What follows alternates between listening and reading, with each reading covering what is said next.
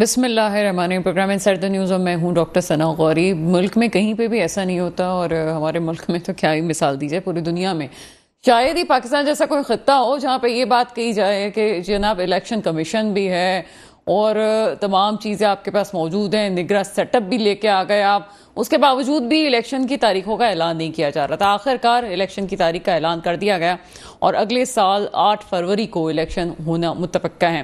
मेरे बहुत से प्रोग्राम से पहले ही इस चीज़ की प्रिडिक्शन कर दी गई थी कि ये चीज़ सामने आएगी कि फरवरी तक ही इलेक्शन जाएंगे। बहरहाल ये खुशाइन बात है कि इलेक्शन अब हो रहे हैं। इलेक्शन कमीशन ने आइन की शिक इलेक्शन की शिक 57 के तहत इलेक्शन की तारीखों का ऐलान किया है, लेकिन नाअहली की तलवार अभी भी लटक रही है।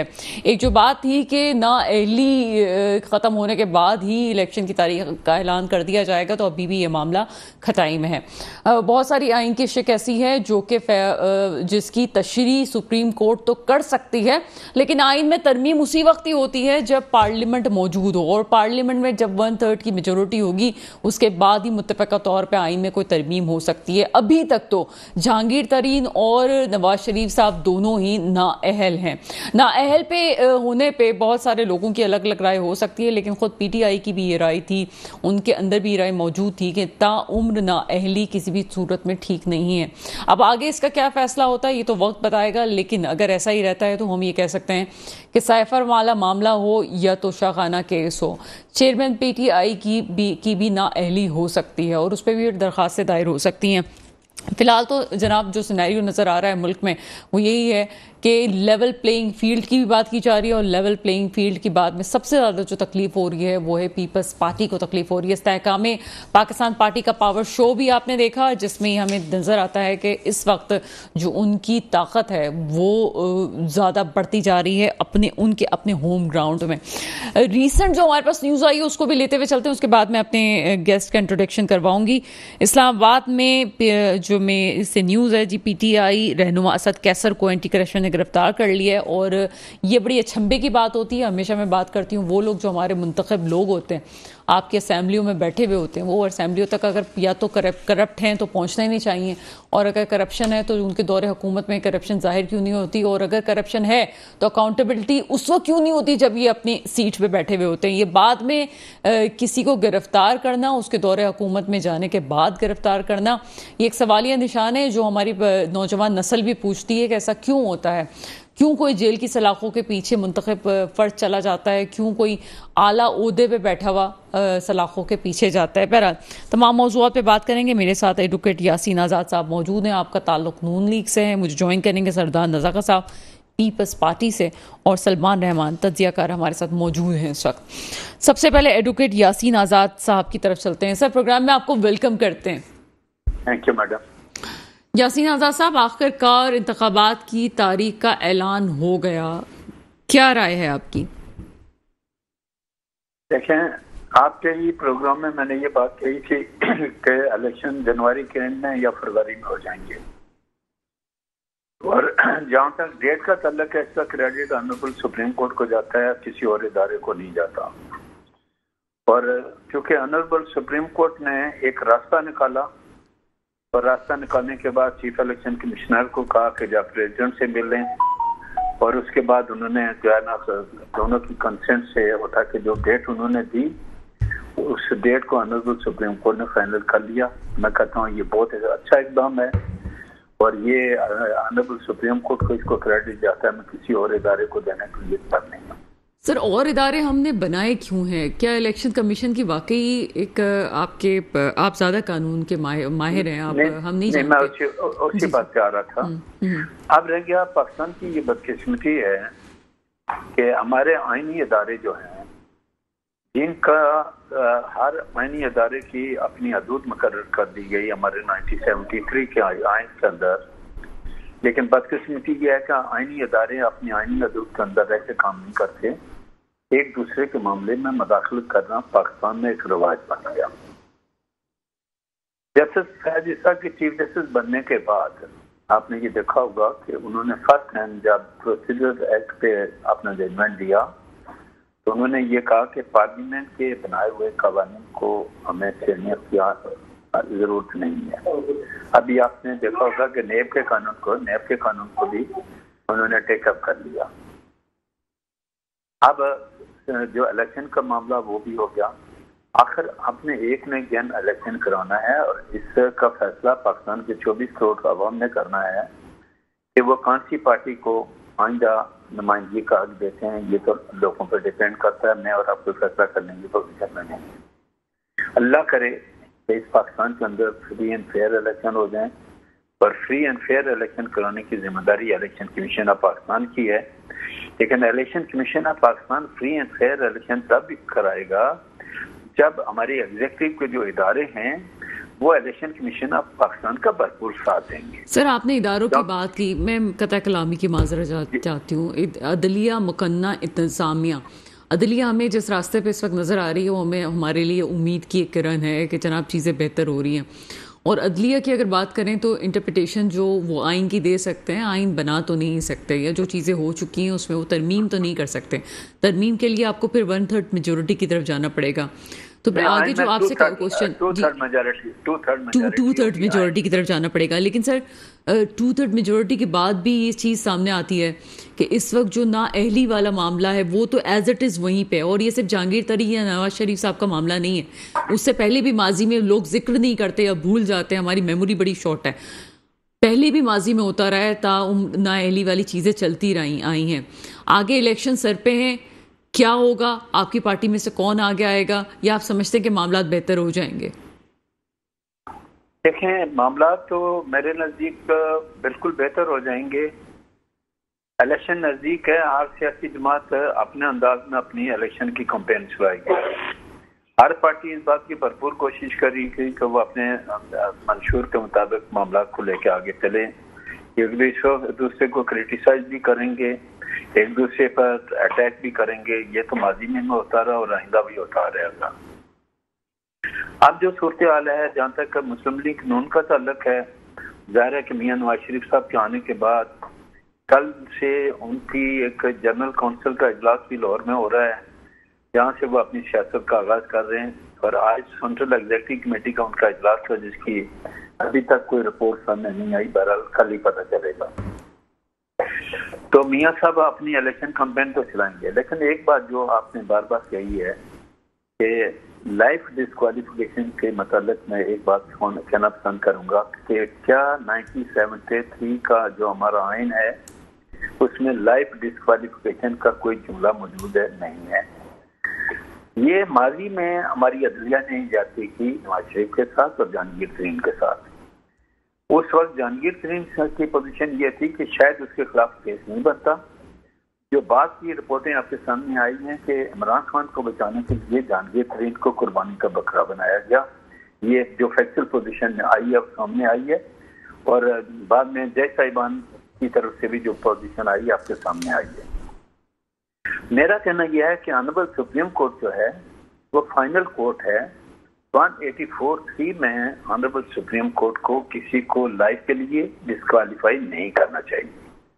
आपको याद होगा कि यूसुफ रजा गिलानी को टेरराइजिंग ऑफ कोर्ट सजा दी गई और उनको 5 साल के लिए डिस्क्वालीफाई किया गया। 5 साल तक वो इंतखाबात में हिस्सा नहीं ले सके। अब चूंकि इलेक्शन एक्ट के अंदर भी एक आपने तब्दीली कर दी, जिसमें आपने ये कह दिया कि लाइफ की डिस्क्वालिफिकेशन नहीं, डिस्क्वालिफिकेशन सिर्फ 5 साल की होगी।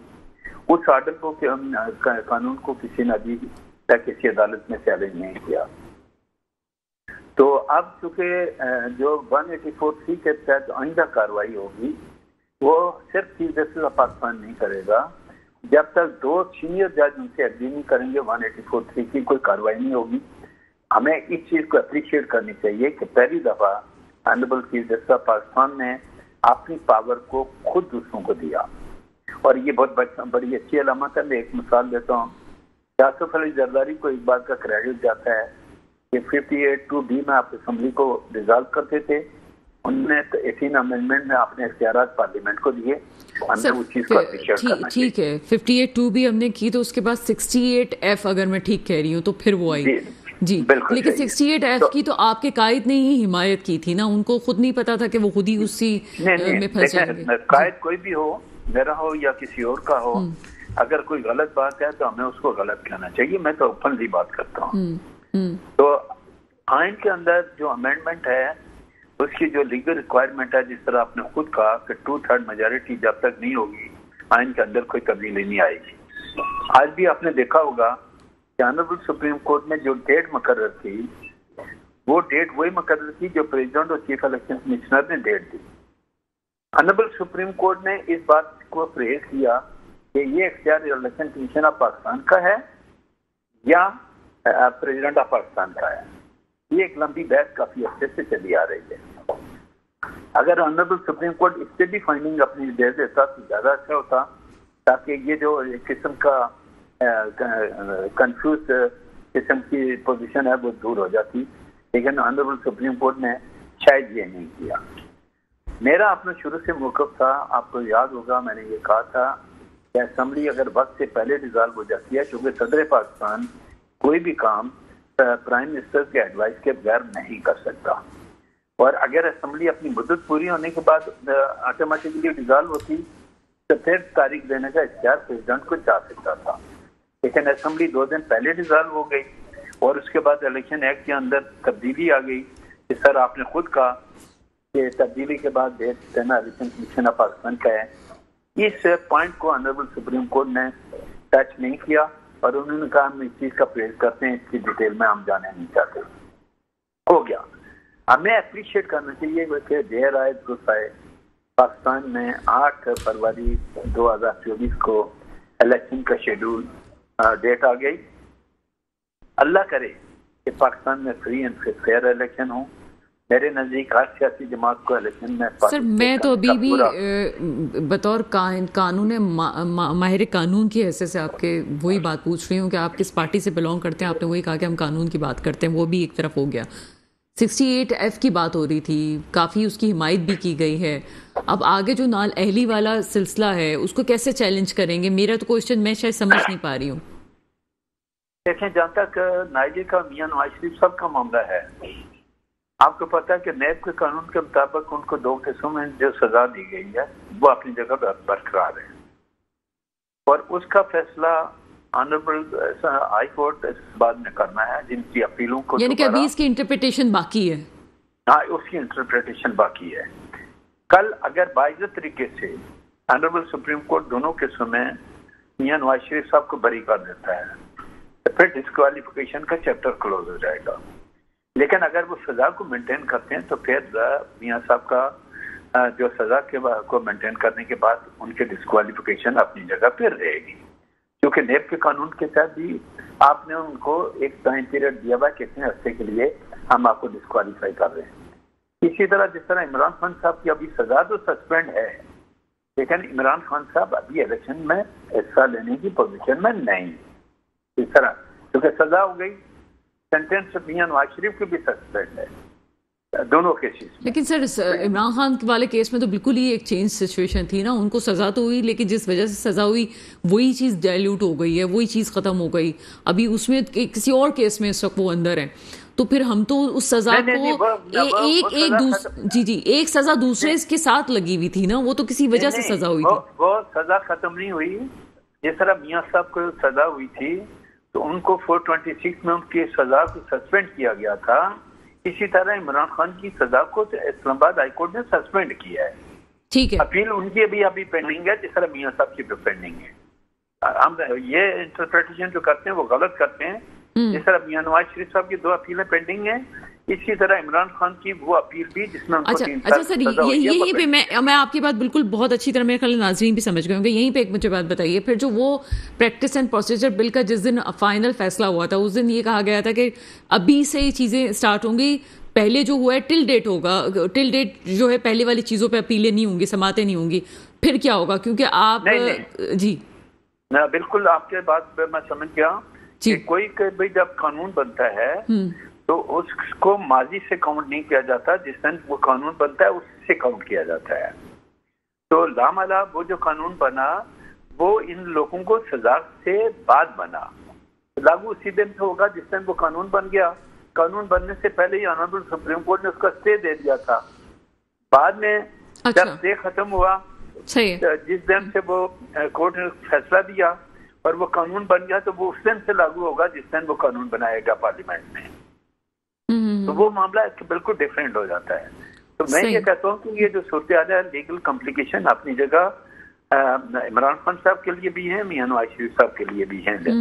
लेकिन कल अगर हाईकोर्ट, अब इस्लामाबाद हाईकोर्ट इमरान खान की अपील को भी टेकअप कर लेता है, मियां साहब की जो पुरानी अपील है उनको भी टेकअप कर लेता है और ये दोनों बरी हो जाते हैं, तो फिर क्या होगा? बरी होने की सूरत में तो इलेक्शन लड़ने के मजाज हो जाएंगे ना। तो अगर बरी नहीं होते या इमरान खान की जो अपील है वो बिल्कुल नई है, मियां साहब की अपीलें पुरानी, ऑनरेबल सुप्रीम कोर्ट कौन सी अपील को पहले इंटरटेन करता है, पुरानी वाली को या नई वाली को? सर यही तो मेरा ख्याल है, मेरी नहीं बहुत सारे लोगों की कंफ्यूजन है कि अभी नई वाली अपील को तो आप कंसीडर कर सकते हैं, अगर पहले वाली अपीलों को कंसीडर करने लगे तो मेरे ख्याल है कि बड़े पुराने मुर्दे गड़े हुए जो निकलेंगे, जो कि गलतियां हुई हैं इदारों से, तो फिर उस सूरत में सिर्फ नवाज शरीफ या जहांगीर तरीन तो नहीं है और बहुत सी ऐसी अपीलें पेंडिंग हैं, फिर तो तांता बन जाएगा यहाँ पे सुप्रीम कोर्ट में। देखें, अभी शायद आपने नहीं सुना कि हमारे चीफ जस्टिस ऑफ पाकिस्तान ने चंद दिन पहले एक स्टेटमेंट दिया था या ऑब्जर्वेशन दी थी, जिसमें उन्होंने कहा था कि शायद 2-4 महीने के लिए हम बाकी केसेस को सुनने की पोजीशन में न हों। बहुत सारे पॉलिटिकल मामला हैं जो ऑनरेबल सुप्रीम कोर्ट ने टेकअप करने हैं और डेली की बुनियादों पे जो है नवाज शरीफ साहब का केस सुना जाएगा। तो नवाज शरीफ साहब वाला केस जो है वो इस्लामाबाद हाईकोर्ट में है, सुप्रीम कोर्ट में नहीं। इस्लामाबाद हाईकोर्ट में चूंकि पुरानी अपील है, उसमें मरीम नवाज की क्विटल हो चुकी है, ख्वाजा सफदर की, कैप्टन सफदर की इक्विटल हो चुकी है। अब उसी एविडेंस की बना पर जिसपे आपने मरीम नवाज को इक्विट किया, वही एविडेंस मियां नवाज शरीफ के खिलाफ है। तो आप एक अक्यूज को बरी कर रहे हैं तो दूसरे को क्या सजा देंगे, ये डिपेंड करता है इस्लामाबाद हाईकोर्ट पे कि वो क्या करता है। तो हमें वेट करना पड़ेगा कि वो जजमेंट आज हेयरिंग होती है या 4 दिन के बाद होती है, उसका इंतजार करना पड़ेगा। मियां साहब इलेक्शन कैंपेन चलाएंगे। जहांगीर तरीन भी आज देखें अपनी पार्टी को देखने जा रहा है, पंजाब में अच्छे खासे जलसे करने शुरू कर दिया उन्होंने, जलसे करेंगे। लेकिन ये दोनों इंतखाबात में हिस्सा लेने की पोजीशन में आएंगे या नहीं आएंगे? जहांगीर तरीन के पास तो अभी अलीम खान का भी ऑप्शन मौजूद है, वो एक अलग बात है। और मैं आपसे जो क्वेश्चन आगे पूछने वाली थी, आप आखिरी क्वेश्चन आपसे, ये इस्तेहकाम में पाकिस्तान पार्टी ने जो अभी पावर शो आपको दिखाया है और सारी दुनिया देख रही है, किस तरह से इसको देखते हैं? कितना बड़ा कंपटीशन है ये आपके लिए? कितने बड़े राइवल्स हो सकते हैं ये? देखें, जिस तरह की पोजीशन इस वक्त पॉलिटिकल पार्टी की आ रही है, आप उन लोगों का काम आसान कर रहे हैं जो हमेशा चाहते हैं कि पार्लियामेंट में किसी को मेजॉरिटी नहीं मिलनी चाहिए। एक किस्म की पार्लियामेंट बने, वैलिड पॉइंट है सर, बहुत जबरदस्त। माजी में भी बनी और आइंदा भी बनेगी, जो सूरत हाल है। आप उनके ख्याल से बाहर निकल नहीं रही, उसमें मेरी पार्टी भी शामिल है, बाकी लोग भी शामिल हैं। जबरदस्त। Thank you sir, thank you sir. Advocate Yasin Azad मेरे साथ मौजूद थे, मंजे हुए सियासतदान, और जाते जाते जो कमेंट बारीक बात करके गए। फैसला साजों को भी सोचना चाहिए कर क्या रहे हैं आखिर। एक छोटा सा ब्रेक है, ब्रेक के बाद आपके सामने हाजिर होते हैं। ब्रेक के बाद आपके सामने हाजिर हैं। तारीख का ऐलान हो गए इंतखाबात के, लेकिन उसके बावजूद भी नई पार्टी पनपने को है, और नई पार्टीज पनपने के हवाले से बहुत अच्छा मौक़िफ़ दिया यासीन आज़ाद साहब ने कि ये नई पार्टीज़ जब आती हैं तो फिर जब आप मेजॉरिटी की बात करते हैं तो फिर किस तरह से मुमकिन है कि मेजॉरिटी हो और फिर फैसले किए जाएं। यकीनन आगे इन चीज़ों पे फ़र्क पड़ता है। तो जो नई पार्टीज़ आती हैं तो अमूमन कोशिश करना चाहिए कि उनको बहुत ज़्यादा बढ़ावा ना इस वक्त दिया जाए। कम से कम इस वक्त जब पॉलिटिकल स्टेबिलिटी की बात की जा रही है और बहुत ज़रूरी है पाकिस्तान के लिए कि इस्तेहकाम हो। इस्तेहकाम ज़रूरी है, इस्तेहकाम में पार्टी ज़रूरी नहीं है, ये फैसला साजों को भी सोचना चाहिए। एनीवे आगे चलते हैं। मेरे साथ सलमान रहमान साहब मौजूद हैं। सर, प्रोग्राम में आपको वेलकम करते हैं। जी शुक्रिया बहुत बहुत। सलमान रहमान साहब, इस वक्त जो सूरत हाल है, आखिरकार इलेक्शन की तारीख दे दी गई है, लेकिन ना अहली वाली तलवारें अभी भी लटक रही हैं, कन्फ्यूजन भी क्रिएट हो रही है जनाब आगे क्या होगा। और इस नाअहली को खान साहब की नाअहली से जोड़ा जा रहा है, ये जहांगीर तरीन साहब की और नवाज शरीफ साहब की नाअहली। लेकिन ये कहा जा रहा है जैसे ही पहली दरख्वास्त किसकी सुनी जाएगी उसके बाद आगे का लाहे अमल हमें साफ नजर आ जाएगा। ये कुछ तजाद वाली बात नहीं है कि इमरान खान साहब वाला जो मामला था वो तो अभी रिसेंट मामला है और जो पहले वाली चीज़ें थी वो बिल्कुल मुख्तलिफ थी। इसको किस तरह से आप देखते हैं? क्या एक की नाअहली जो कि नाअहली इसलिए हुई कि एक सज़ा सुनाई गई थी तोशाखाना की, उसको फिर ख़त्म किया गया, उस सज़ा की वजह से उनकी नाअहली हुई थी और उसको ख़त्म किया जा सकता है, वो इतनी बड़ा मामला नहीं है। लेकिन जहांगीर तरीन और नवाज शरीफ साहब का मामला बड़ा मामला है, पहले का मामला है, सज़ा बाकायदा सुना दी गई थी। किस तरह देखते हैं इस मामले को? जी देखें, जी डॉक्टर साहब, अब बेसिकली बात यह है कि दुल्हन वही आएगी जो पिया के मन को भाएगी। अब ये कानून को आप एक तरफ रख दें और ये समझ लीजिए कि नवाज शरीफ साहब की जो नाअहली है वो अगले 3 महीने में खत्म होगी। ये इस बात पे मुनहसर होगा कि अगर वो उनका कंडक्ट कैसा रहता है। वो अगले 3 महीने में इंतखाबात के दौरान जो इंतखाबी जलसे होते हैं उनमें अपना जो उनके मामलात हैं वो कैसे चलते हैं। तो ये कानून को एक तरफ रख दें, क्योंकि पाकिस्तान में कानून के मुताबिक तो फैसले बहुत कम होते हैं और अभी जिस तरह से नजर आ रहा है उस तरह से तो बिल्कुल वाज़ेह है कि जो बाइख्तियार हल्के हैं उनकी मर्जी होगी तो नवाज शरीफ साहब के केसेस में उनको जमानत तो मिली हुई है, वो उसमें बरी भी हो जाएंगे और उसके बाद जो है देखना ये है कि नवाज शरीफ साहब वज़ीर आज़म के उम्मीदवार बनते हैं या शहबाज शरीफ साहब जो हैं वो वज़ीर आज़म के उम्मीदवार होते हैं। अब ये एक इंटरेस्टिंग बात होगी देखने वाली। नहीं सर, शहबाज शरीफ वाला तो मेरे ख्याल है केस अभी तक क्लोज हो चुका है। नहीं, बिल्कुल क्लोज नहीं हुआ है। आप बिल्कुल इस खातिर जमा रखिए और इस बात को बड़े बगौर देखती रहिए कि अगले 3 महीने में हालात किस तरफ जाते हैं। मुझे ऐसा लगता है कि अगर तो नवाज शरीफ साहब के मामलात बेहतर नहीं चलते हैं तो अगले 3 महीने में हो सकता है कि उनकी सजा में बरियत ना हो, और ये ऐन मुमकिन है। अदालती मामलात हैं, अदालत ने इतने सालों तक भी बरी नहीं किया, तो हो सकता है अभी भी कुछ अरसे वो और लगा दें। तो इस दौरान में अगर वो नवाज शरीफ साहब बरी नहीं होते तो जो है वो शहबाज शरीफ ही साहब होंगे। तो ये इंटरेस्टिंग बात देखने वाली बड़ी बड़ी गलतियां हुई है और मेरा ख्याल है कि शहबाज शरीफ साहब की गवर्नमेंट की जो सबसे बड़ी गलती थी वो हमजा शहबाज थे। तो इसी तरह से आपको लगता है कि सर जो मरियम नवाज को आगे लाने की कोशिश की जा रही है तो आगे भी एक बहुत बड़ा डिसीजन और बहुत बड़ी गलती साबित हो सकती है? नहीं डॉक्टर साहबा, अभी जो बेसिकली जो एक बड़ा मुआहदा जो आपस में एक तय हुआ है उसमें जो आगे जो पावर शेयरिंग का फार्मूला तय हो रहा है, जिसकी वजह से हमारी इकोनॉमी बेहतर हो गई है। हाँ, जिसकी वजह से हमारी इकोनॉमी बेहतर हो गई है। असल में जो आगे का जो मंजरनामा है वो कुछ इस तरह से होने जा रहा है कि मुस्लिम लीग नवाज जो है वो मरकज में हुकूमत बनाने जा रही है। पीपल्स पार्टी सिंध और कराची से मेजॉरिटी हासिल करेगी। जो आपकी इस तहकाम पाकिस्तान पार्टी पे नजर रखें, खामोशी से आप देखें कि खामोशी से अंगड़ाई लेती हुई एक पार्टी है और बड़े कामयाब जलसे उन्होंने स्टार्ट कर दिए हैं। तो हो सकता है आने वाले दिनों में आप देखें कि अलीम खान या जहांगीर तरीन में से कोई पंजाब को वजीर आला के उम्मीदवार के तौर पे सामने आ जाए। और उसकी हमारे पास जो मिसाल है वो ऐसे ही है जैसे परवेज इलाही साहब जब 10 सीटों से पंजाब जैसे सूबे के वजीर आला बने थे, तो उसी मिसाल की बुनियाद पे आने वाले दिनों में आपको अलीम खान या जहांगीर तरीन पंजाब में वज़ारत आला के रोल में नजर आ सकते हैं। और खैबर पख्तूनख्वा में आपको पता ही है कि मौलाना फजलुर रहमान और परवेज खटक साहब मिलके जो है मिली जुली हुकूमत होगी। तो आने वाला मंजरनामा अभी तक तो यही नजर आ रहा है। अब आने वाले दिनों में मेरा वैसे ईमान उड़ गया ये पावर शो पे से। जो पावर शो में जिन लोगों को बिठाया जाता है उनको खुद नहीं पता होता कि वापसी की गाड़ी उनको कहाँ से मिलेगी, उनको ये नहीं पता होता जलसे में बोल कौन रहा है, बस वो लोगों को लाके इकट्ठा कर देते हैं। और ये मेरी आंखों देखी बात है कि मासूम लोग वहाँ बैठे हुए होते हैं और उसको बाद में लोग पावर शो कहते हैं। वो चाहे जिस भी जमात का जलसा हो, बहुत कम मैंने ऐसा देखा है कि वाकई लोगों और बहुत पावर शो दिखाने के बाद भी कामयाबी नहीं मिलती है यहाँ पे किसी को भी। देखिए, पाकिस्तान में जो ओवरऑल पाकिस्तान की आबादी है उसमें ख्वानदगी का रेट कितना है वो देखने वाली बात है। तो जाहिर सी बात है पाकिस्तान की 50% से ज्यादा आबादी जो है वो मिडिल क्लास तक भी पड़ी हुई नहीं है। तो जो पावर शो होते हैं उसमें पढ़े लिखे लोग तो नॉर्मली बहुत कम जाते हैं, ऐसे ही लोगों को जमा करके लाया जाता है। लेकिन यही इन्हीं लोगों की वोटों की बुनियाद पे हुकूमतें भी बदलती हैं।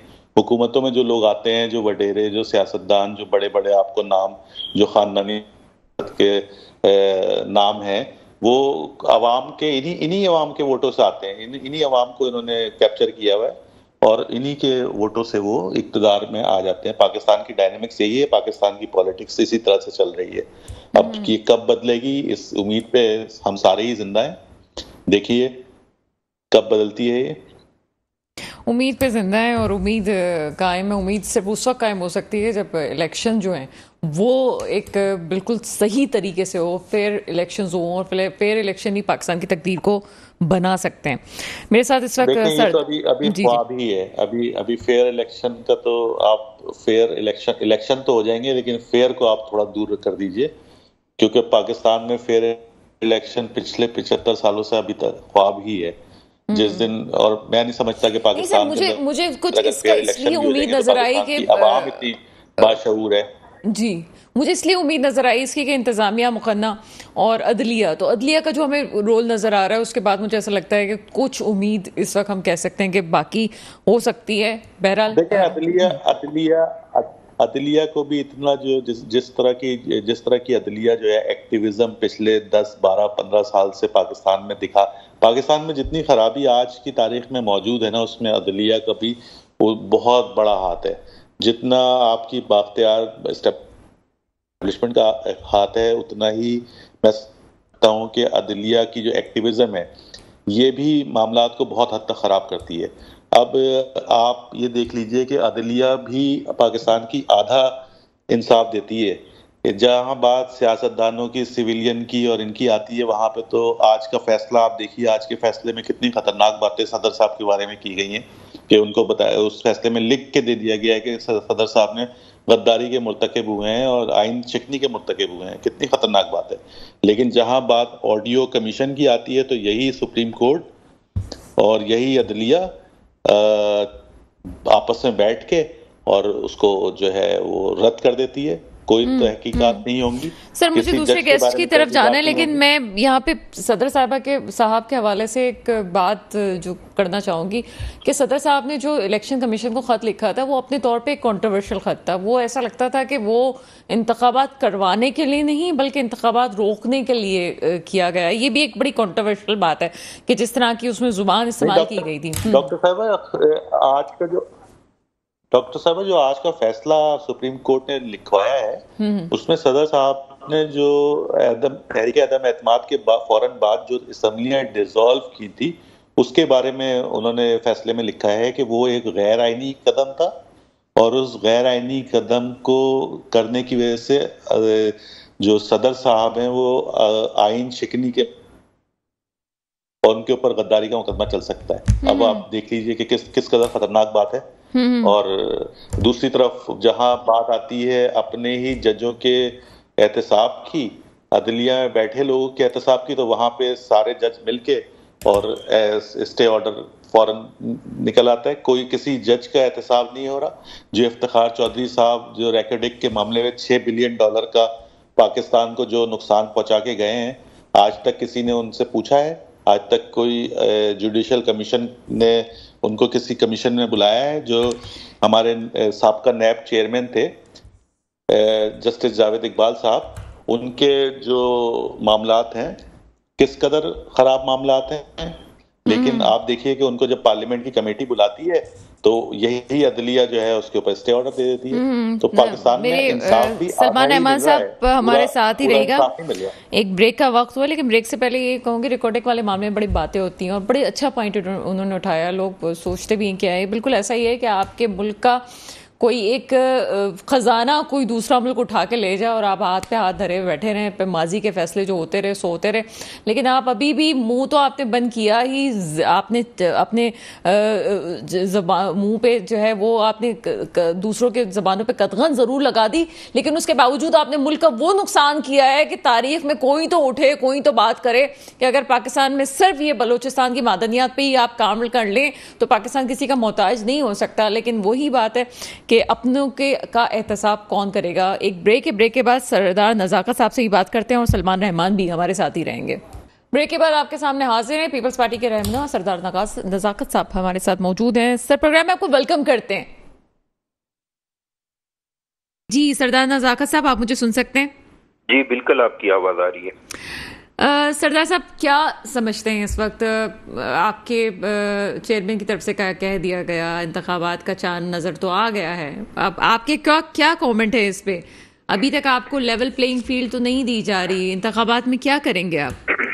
देखें, इंतखाबात की जो डेट जहां तक आने का ताल्लुक है, पाकिस्तान पीपल्स पार्टी के चेयरमैन बिलावल भुट्टो जरदारी साहब डे 1 से कह रहे हैं कि इलेक्शन टाइम पे होना चाहिए और जो इलेक्शन कॉन्स्टिट्यूशन के मुताबिक जो इलेक्शन का फ्रेम है उसके अंदर होना चाहिए। लेकिन अनफॉर्चुनेट है कि यहाँ पे किस तरह हमारे आइन को वायलेट किया जाता है, इसके लिए किसी को भी कोई तकलीफ नहीं होती।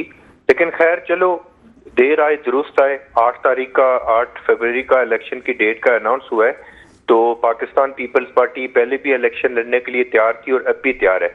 लेकिन जरूरत इस अमर की है, हमारा पाकिस्तान पीपल्स पार्टी का डे 1 से ये स्टांस है कि पाकिस्तान के अंदर इमरान खान समेत तमाम पॉलिटिकल फोर्सेस को एक लेवल प्लेइंग फील्ड मिलनी चाहिए और लेवल प्लेइंग फील्ड की सूरत में पाकिस्तान के लोग जिसको वोट करेंगे वही उसी को पाकिस्तान का इक़्तिदार उसके हवाले करना चाहिए।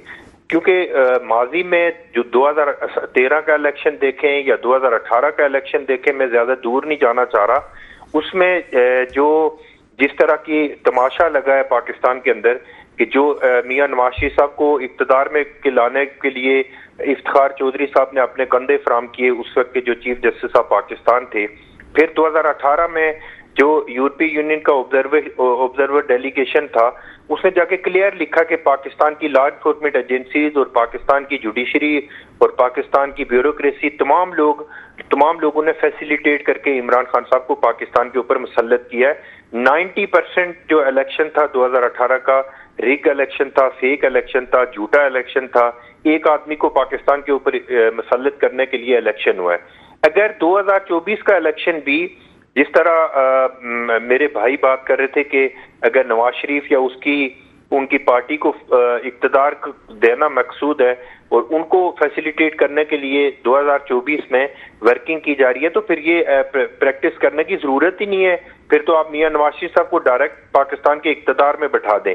बुनियादी तौर पे पाकिस्तान पीपल्स पार्टी ये चाह रही है कि पाकिस्तान की तमाम पॉलिटिकल फोर्सेस को लेवल प्लेइंग फील्ड मिलनी चाहिए, आजादाना, मुनसिफाना और गैर जानिबदाराना इंतखाबात होने चाहिए। उसकी सूरत में पाकिस्तान के अंदर किसी भी पॉलिटिकल पार्टी को अगर पाकिस्तान के लोग वोट करते हैं तो पाकिस्तान पीपल्स पार्टी उसको एक्सेप्ट करेगी। मतलब ना कोई इलेक्टेड कहलाए ना सिलेक्टेड कहलाए, आप कौम का पैसा जाया किए बगैर नॉमिनेट कर दें, बस यही वाला सिलसिला है ना। देखें, अगर आपने 2013 या 2018 का इलेक्शन 2018 के इलेक्शन की तरह इलेक्शन करवाने, तो मेरे ख्याल में ये जो 60 अरब रुपए हम गरीब कौम का जाया करने जा रहे हैं, तो इसको जाया करने की जरूरत ही नहीं है। जिस तरह आप देखें ना, मैं कोई पॉइंट स्कोरिंग तो नहीं करना चाह रहा, लेकिन अगर आप एक ऐसे शख्स को जो अदालतों का विक्टिम भी नहीं है, मैं शाह महमूद कुरैशी की बात कर रहा हूं, अगर आप उसको हथकड़ियां लगा के अदालतों के अंदर पेश कर रहे हैं और एक ऐसे शख्स को कि जिसको पाकिस्तान की अदालतों ने सजा दी है, वो सही थी या गलत थी ये एक अलग बहस है, लेकिन अगर आप उसको एयरपोर्ट पे सारा बायोमेट्रिक भी करवा रहे हैं, अदालतें इतनी तेजी से उसको फैसिलिटेट करती हैं, फिर नैब का जो एटीट्यूड है वो भी आपके सामने है, तो मैं समझ रहा हूँ कि ये सारी चीजें इस चीज की गमाजी कर रही है कि एक शख्स को पाकिस्तान के अंदर इक़्तिदार पे मुसल्लत करने के लिए सारे तगोदो कर रहे हैं। हाँ, ये एक अलग बात है कि मेरा अपना ख्याल भी यही है, जिस तरह भाई हमारे कह रहे थे कि मियां नवाज शरीफ साहब हो सकता है नाअहल हो जाए और शहबाज शरीफ को मुल्क का प्राइम मिनिस्टर बनाया जाए, इस वक्त तक पोजीशन यही है। लेकिन मैं आपको यकीन दिलाता हूं कि पाकिस्तान पीपल्स पार्टी के चेयरमैन बिलावल भुट्टो जरदारी का क्लियर स्टेटमेंट है कि हम इसके खिलाफ जिद्दोजहद भी करेंगे, इसके खिलाफ पूरी दुनिया से हम ऑब्जर्वर डेलीगेशन को दावत देंगे कि 2024 का जो इलेक्शन है उसको मॉनिटर करें। सर, 6 से 8 महीने पहले तक तो आपको बड़ा यकीन था कि अगला वजीर आजम जो है वो बिलावल भुट्टो जरदारी साहब को ही होना है। नहीं, यकीन तो अब भी है। मैं आपको बताऊं ना कि अगर फ्री एंड फेयर इलेक्शन हुआ है कि आपके यकीन खत्म हो गए, ऐसा क्या हुआ है जो इस वक्त सबसे ज्यादा तकलीफ जो है वो पीपल्स पार्टी आवाज उठा रही है इस पे कि हमारे साथ ज्यादती हो रही है, क्या हुआ है? आपके सामने ही है ना, एक शख्स को आप एक शख्स मुजरिम था पाकिस्तान की अदालतों का। मैं अगेन कह रहा हूं कि वो सही था या गलत था, वो अलग बहस है। अगर वो कैंगरो कोर्ट्स भी अगर उनको डिक्लेयर कर दिया जाए, अगर उनसे भी वो मुजरिम था, तो फिर उसको इस तरह फैसिलिटेट करके उसको इक़्तिदार में मुसल्लत करवाने की जो कोशिश हो रही है पाकिस्तान के अंदर। अच्छा, इसमें सिर्फ इंटरनल पाकिस्तान की हमारे इदारे या लोग मुलव्विस नहीं है, बल्कि हम समझ रहे हैं कि इंटरनेशनल कुछ लोग, कुछ कुव्वतें, कुछ बरादर इस्लामी मुल्क जिनको हम कहते हैं, उनका भी इंटरेस्ट यही है कि पाकिस्तान के अंदर एक सिलेक्ट करके किसी शख्स को पाकिस्तान के अंदर इक़्तिदार दिया जाए।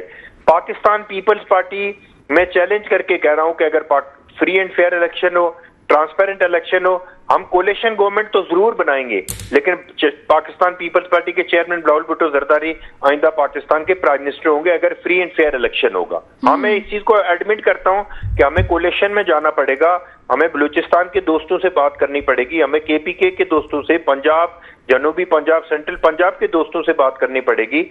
हम रिकंसिलिएशन जो मोहतरम बेनजीर भुट्टो शहीद की पॉलिसी थी उसके मुताबिक आगे चलना चाह रहे हैं। लेकिन अगर आप सिर्फ एक शख्स को या एक पार्टी को इक़्तिदार में लाने के लिए पाकिस्तान के इदारे अगर 2018 और 2013 की तारीख दोहराएंगे तो मेरे ख्याल में इसको, इन इलेक्शन को कोई भी तस्लीम नहीं करेगा।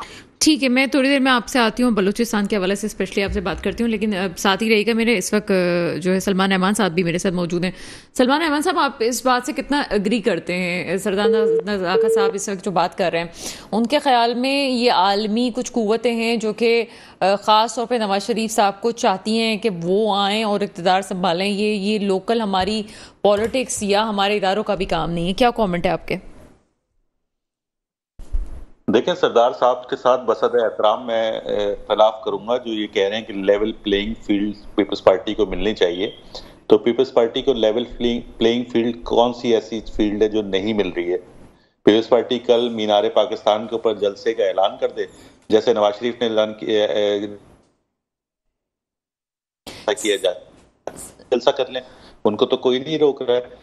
पीपल्स पार्टी जो कह रही है कि बिलावल भुट्टो, आप सोचे ना, एक तरफ तो इमरान खान की पूरी पॉपुलैरिटी है जिसको इस वक्त जो है दबा के सप्रेस करके एक ऑल्टरनेट खड़ा किया जा रहा है। अब आप सोचिए कि एक तरफ इमरान खान की पॉपुलैरिटी का पहाड़ है, तो ऐसी सूरत में नवाज शरीफ की या शहबाज शरीफ के मुकाबले में बिलावल जरदारी साहब को कैसे सिस्टम में वज़ीर-ए-आज़म बना सकते हैं, जिनकी अपनी पॉपुलैरिटी सिंध की हद तक तो ठीक है, लेकिन पंजाब में पीपल्स पार्टी के कहाँ कोई सीट मिलती नजर आ रही है? आप खैबर पख्तूनख्वा में पीपल्स पार्टी को कितनी सीटें देख? अच्छा सर, कुछ अर्से पहले तक बलूचिस्तान में ये बड़ा खुल के बात सामने आ गई थी कि बलूचिस्तान में भी गवर्नमेंट भी है, इलेक्टेबल्स का राज है, लेकिन फिर भी वहाँ का जो हुकूमत का सेटअप है उसमें हमें लग रहा था कि पीपल्स पार्टी को इन किया जा रहा है। अब अचानक से सिनेरियो चेंज होता है, अब मुस्लिम लीग नून वहाँ पे नजर आ रही है, तो ये तो बात है ना कि किसी न किसी की तरफ एक जानिबदारी तो चल रही है। देखिए, ये तो पाकिस्तान में आज नहीं हो रहा है ना। अब सरदार साहब ने 2018 का भी जिक्र किया, 2013 का भी जिक्र किया, 2008 का जिक्र करना भूल गए। 2008 में भी हुकूमत जो है वो सर मेरे जहन में जरूर आया था, 2008 भी आया था, उससे पहले भी आया था, लेकिन मैं वही एहतराम के लिहाज से मैंने कुछ कहा नहीं। मेरा तो सारा रोना यही है कि हम अपने अपने हिस्से का जो है सच बोलते हैं और दूसरे के हिस्से का जो है सच बोलना पसंद नहीं करते। तो बात अगर उसूल की है तो उसूल तो यही है कि 1947 से लेके आज तक पाकिस्तान में शायद एक या दो दफा फेयर इलेक्शन हुए हैं, उसके बाद कभी इलेक्शन हुए ही नहीं फेयर। हमेशा पहले से तय कर लिया जाता है कि कौन सी पार्टी ने इक़्तिदार में आना है, कौन सी पार्टी ने अपोजिशन में रहना है, और ये तमाम पार्टियां इसमें शामिल होती हैं। मतलब आज से जो 16 महीने, आज से 2 महीने पहले जो हुकूमत 16-13 पार्टियों की थी उसमें पीपल्स पार्टी शामिल थी। आज जो निगरान हुकूमत लगी हुई है इसमें पीपल्स पार्टी की फैसले में शामिल थी। जो कुछ इमरान खान साहब के साथ हो रहा है उसमें अगर पीपल्स पार्टी का इख्तलाफ है तो वो उसके खिलाफ खुल के आए, अपने बिलावल भुट्टो जरदारी आके उसके खिलाफ बयान दें, इमरान खान के हक में बयान दे दें। लेकिन बात यह है कि हाथी के दांत खाने के और दिखाने के और है। अभी अपोजिशन में है, आप 4 महीने बाद मेरी बात लिख लीजिए कि यही पीपल्स पार्टी नून लीग के साथ वफाक के अंदर कोलिशन गवर्नमेंट में बैठी हुई होगी। तो पाकिस्तान में तो 75 साल से ऐसे ही हुकूमतें बनती आ रही हैं और अगली आने वाली हुकूमत भी ऐसे ही बनती नजर आ रही है। हम सिर्फ दुआ कर सकते हैं कि इससे अगली जो हुकूमत आए वो कोई अवाम की वोटों से आ जाए। इस दौरान में सियासतदान अपना कोई किबला दुरुस्त कर लें। इस दौरान के अंदर जो है वो पाकिस्तान में रूल ऑफ लॉ की कोई बालादस्ती कायम हो जाए। अदालतें अपना रवैया दुरुस्त कर लें। अदालतें जो अपनी सनसनीखेजी है इससे पीछे हट जाएं और अपने फैसलों पे तवज्जो दें। 54,000 केसेस जो पेंडिंग पड़े हैं उनके ऊपर तवज्जो दें। जो असम्बली सियासत, पाकिस्तानी सियासत से रिलेटेड केसेस हैं वो इतने इंपॉर्टेंट नहीं है जितना एक आम इंसान का जो अदालत के अंदर केस लगा होता है जिसके लिए उसकी सारी जिंदगी खत्म हो जाती है, उनके फैसले करें भाई। ये जो सनसनीखेजी फैलाई हुई है, जो मीडिया के ऊपर जो सनसनीखेजी चल रही है, इससे बाहर निकलें। पाकिस्तान को एक रियासत की तरह चलाएं। पाकिस्तान तो इस तरह इस कुछ ऐसा चल रहा है कि एक शख्स आता है एक पोजीशन पे तो पाकिस्तान का रुख जो है वो मशरिक की तरफ हो जाता है, दूसरा शख्स आता है तो मगरिब की तरफ हो जाता है। तो इस तरह मुल्क तो नहीं चलते। मुल्क चलाने के लिए तो आप सब बैठ के एक दफा फैसला कर लें कि अगले 20, 25, 30 साल में पाकिस्तान को किधर लेके जाना है। पाकिस्तान कोई बनाना रिपब्लिक टाइप की मुमलिकत तो नहीं है। ठीक है, हम इदारों का कसूर मानते हैं, हम लोगों का, हम सियासतदानों का कसूर मान रहे हैं। यहाँ पे हमारा चूंकि प्रोग्राम का वक्त कम है इस वक्त, मैं आपसे ये पूछना चाहूंगी कि खुद हमारा कितना कसूर है, अवाम का कितना कसूर है? देखिए, अवाम जो होती है ना, अवाम का कसूर, अवाम अपने नुमाइंदे मुंतखब करती है। असल कसूर उन नुमाइंदों का है जो अवाम के वोटों से मुंतखब होते हैं और जाके अपनी जो है वो जो फेवर है वो किसी और पलड़े में रख देते हैं। अगर अवामी नुमाइंदे कैरेक्टर दिखाएं तो किसकी मजाल है कि जो है वो उसको, जब तक आप देखें अवाम तो अवाम का इसमें कितना रोल है, अवाम का जो रोल है वो अवाम पूरी करती है। अवाम अपने मुंतखब नुमाइंदे मुंतखब कर देती है। वो नुमाइंदे जाके साजबाज करने लग जाते हैं गेट नंबर 4 से, तो उसमें अवाम का क्या कसूर है? अवाम का तो कोई कसूर नहीं है। तो मैं आखिर में एक बात से खत्म करूंगा कि ये पाकिस्तान न तेरा है न मेरा है। इसको कुछ बदखसालों ने आन घेरा है। घराने चंद इस पर मुसल्लत हैं। यहाँ पे मौतबर हर एक लुटेरा है। ये पाकिस्तान का ये हाल है और 75 साल से ये चला आ रहा है और देखिए कब तब्दील होता है। बहुत शुक्रिया सलमान रहमान साहब मेरे साथ मौजूद थे। अल्लाह करे, खुदा करे कि वो लुटेरे ना रहें और वाकई जो नया खून है, चाहे उन्हीं ख़ानदानों में से जो लोग हैं वही अगर नया खून अगर पाकिस्तान की बेहतरी के लिए काम कर रहे हैं तो हम उनको वेलकम करते हैं। और पाकिस्तान के लिए हम उम्मीद की किरण है ये कि अगर इंतखाबात की तारीख का ऐलान हो गया है।